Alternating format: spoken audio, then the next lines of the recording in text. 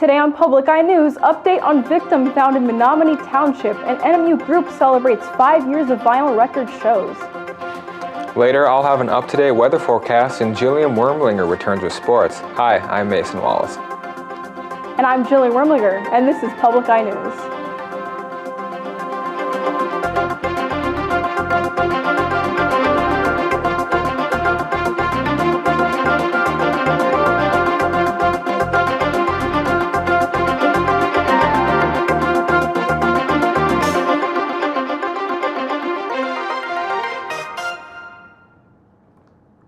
The woman found dead in a river in Menominee Township had her head, hands, and feet cut off, according to the criminal affidavit filed on Tuesday. Tamara LaFramboise was allegedly killed by her boyfriend, Stephen Falkenberg, in South Dakota, and then her remains were dumped in the river in Menominee Township. Falkenberg told police he last saw her on March 1st. Falkenberg is being charged with second-degree murder and is being held on a $1 million cash bond. LaFramboise was first reported missing to South Dakota officials on March 5th by her mother. Remains were identified by the tattoos on her body to photos of her. The missing body parts have not been found. And the NMU Vinyl Club is preparing for its 20th semi-annual vinyl show over the last 5 years. The show will be at the Ordock Brewing Company from Thursday, March 28th through Sunday, March 31st. Thursday will be from 3 p.m. to 11 p.m., Friday and Saturday will be from noon until 1 a.m., and Sunday will be from noon until 11 p.m. There will be tens of thousands of records up for sale during the event, as well as tapes, CDs, and plenty of swag like t-shirts and posters. There will be plenty of knowledgeable people around to help people find their favorite artist or band, learn more about record players, or just nerd out about music. The Marquette Chamber of Commerce's Be Local, Buy Local program has reached a major landmark as it surpassed $1 million in sales logged in Marquette County. Be Local, Buy Local is a free app that you can scan receipts from participating businesses and you're entered to win a weekly gift card. The app was launched back in 2017 and has almost 3,000 users that have logged more than 16,000 entries. Any businesses that are interested in participating in the app should contact the Marquette Chamber of Commerce. And it's almost time to start gardening, and the Queen City Seed Library is helping with their celebration of seeds. Friday will kick off the two-day event with a scavenger hunt, and on Saturday, the 5th seed swap will begin with a landrace gardening workshop. Organizers say seed swaps bring out seed surprises, especially from experienced seed savers. The Queen City Seed Library organizer Susan Petz said, quote, "The swap is a place where people who have been seed saving for decades will share special crops that are adaptive to our UP climates," end quote. The seed celebration will take place at the Peter White Public Library. Snow is melting across the UP, leaving behind puddles and potholes. The city of Bessemer is one area where the roads are getting bad. US 2 is witnessing a lot of potholes popping up. The Road Commission says it's not just from the snow and ice thawing, but also from the age of the road itself. It is scheduled for a reconstruction in the summer of 2021. With the weather finally starting to stay above freezing, the Road Commission is now working to fix the potholes.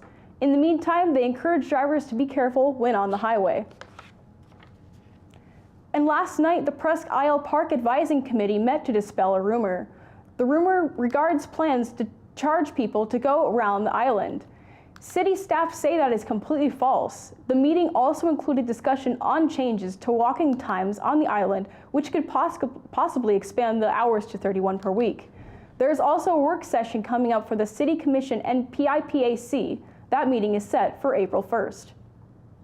And stay tuned, because after this break, we'll be back with your national and international news. I've been around the world, but there's one place I keep coming back to. This week on UTR, we learn the incredible history of Harson's Island and go back to school for a great meal. Then we head to Grand Rapids for a dwelling place urbanites will love. We'll also meet one of the new generation of craftsmen and visit a downtown market that will change the way you eat, buy, and even think about food.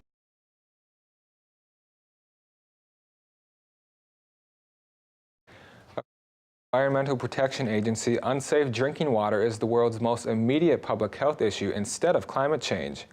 EPA Administrator Andrew Wheeler said climate change is an important issue, but most of the threats it poses are 50 to 75 years out. Wheeler's low-key assessment of immediate danger from climate change is in line with that of Trump's administration, which is pushing to open more public lands for oil and gas development. Climate scientists say the world needs to act quickly to curb emissions and to stop the worst extremes of climate change. According to scientists, weather extremes such as flooding, hurricanes, and droughts have already become more frequent, intense, and widespread. And in northern Kentucky, an outbreak of more than 30 cases of chickenpox prompted health officials to ban unvaccinated students from school. Now one student's family is suing. Dean Reynolds is there with more. Students at Assumption Academy went to school today, but Jerome Kunkel stayed home again. Yes, I'm missing the next 2 weeks. That's what the health department says, that I'm not allowed to go to school. Because Jerome, a senior on the basketball team, has refused to get vaccinated on religious grounds, despite a chickenpox outbreak at his Catholic school. It's derived from aborted fetal cells, and as a Catholic, we do not believe in abortion. We believe that's morally wrong, and it would go against my conscience. The chickenpox vaccine relies on cell lines from 2 fetuses aborted in the 1960s. No further abortions were involved in continuing those lines, and the Vatican has given the vaccine its blessing. The Northern Kentucky Health Department has banned unvaccinated students until the outbreak is contained, and that could be up to 3 weeks after the last case is diagnosed. Ridiculous, says Bill Kunkel, Jerome's dad. Do you think that this is just sort of a big, unfeeling government? They act as tyrants. So the Kunkels are suing. Jerome, they say, is a victim of government overreach. Well, I mean, we're just talking about the chickenpox here. This isn't some deadly disease. But pediatrician Christopher Bowling says the vaccines are necessary for public health. Before the vaccine was around, hundreds of people would die yearly. And when it comes to health, the doctor says this is not a close call. Dean Reynolds, CBS News, Walton, Kentucky. Hawaii would be the first state in the U.S. to ban most plastics at restaurants under legislation that aims to cut down on waste that pollutes the ocean. Dozens of cities nationwide have banned plastic foam containers, but Hawaii's measure targeting fast food and full-service restaurants would make it the first state to do so. A second proposal would go even further to prohibit restaurants, stores, and more companies from distributing and using plastic bottles, utensils, stirring sticks, bags, and straws. Plastics also contribute to climate change because oil is used to make them. The Hawaii efforts would be stricter than California, which last year became the first state to ban restaurants from automatically giving out plastic straws. And the FBI is assisting the investigation into how the Boeing 737 MAX 8 was certified to fly. This development comes in the wake of 2 deadly crashes involving the company's new airliner. Chris Van Cleve reports from Reagan National Airport.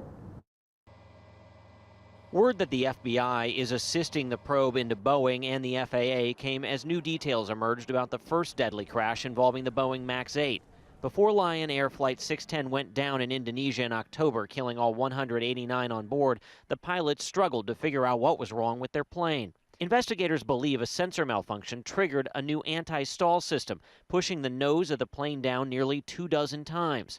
Minutes from disaster, the captain asked the first officer to take the controls while he checked the flight manual for a solution. The training was insufficient. It's clear that it was insufficient. On that same plane's previous flight the day before, the same malfunction happened.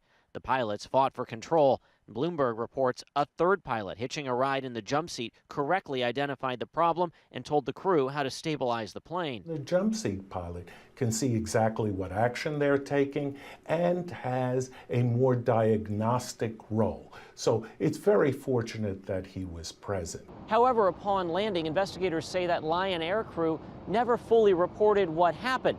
Now, according to the FAA's recently retired Director of Accident Investigations, that was a crucial mistake. That same airplane underwent several days of maintenance write-ups with some sort of problem with airspeed, with altitude. So the airplane really should have been taken out of service. 4.5 months later, a MAX 8 operated by Ethiopian Airlines crashed, killing all 157 aboard. The tragedy prompted the plane to be grounded around the world. Chris Van Cleve, CBS News, Reagan National Airport, Virginia. And after this break, we'll be back with your weather and sports.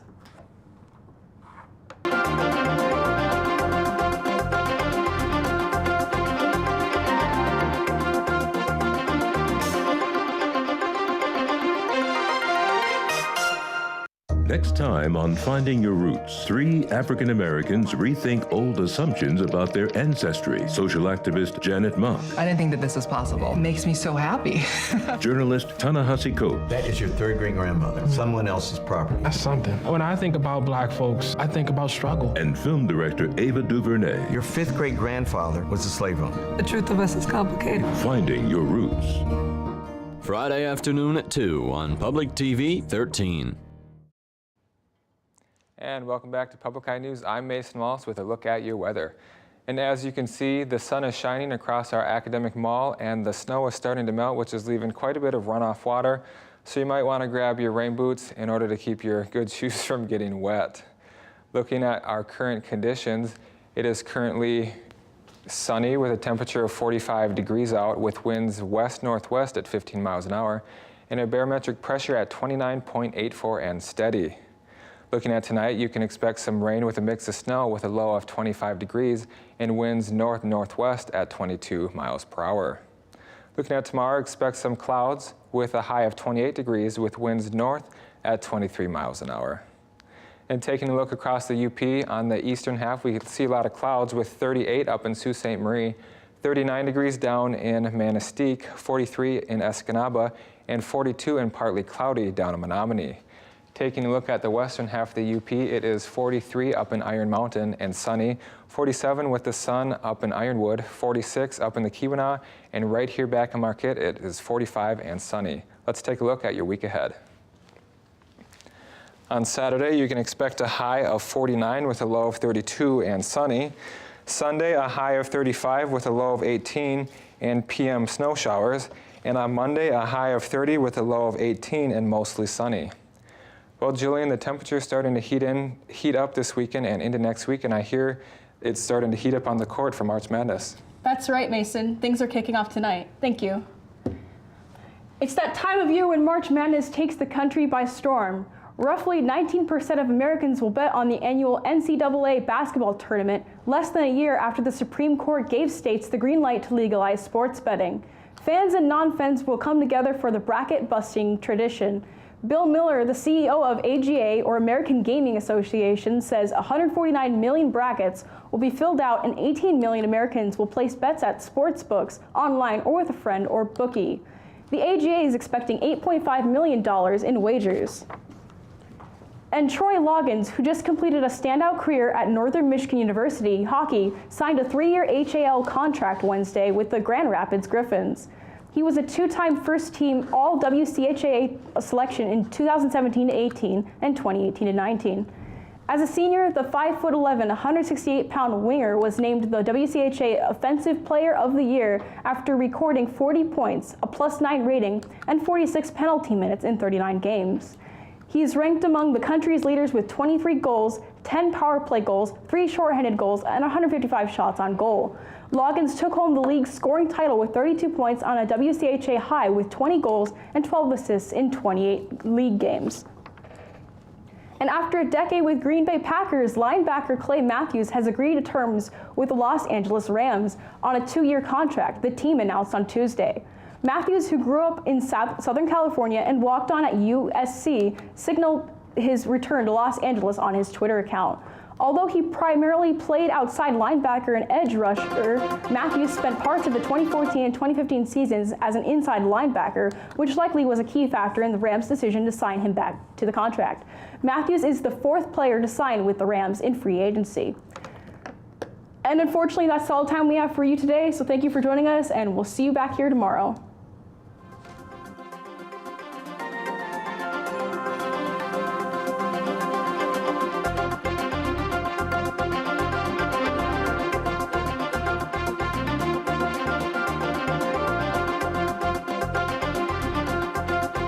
The preceding program was produced in studios located in the Edgar L. Hardin Learning Resources Center by WNMU-TV, Northern Michigan University Public Television.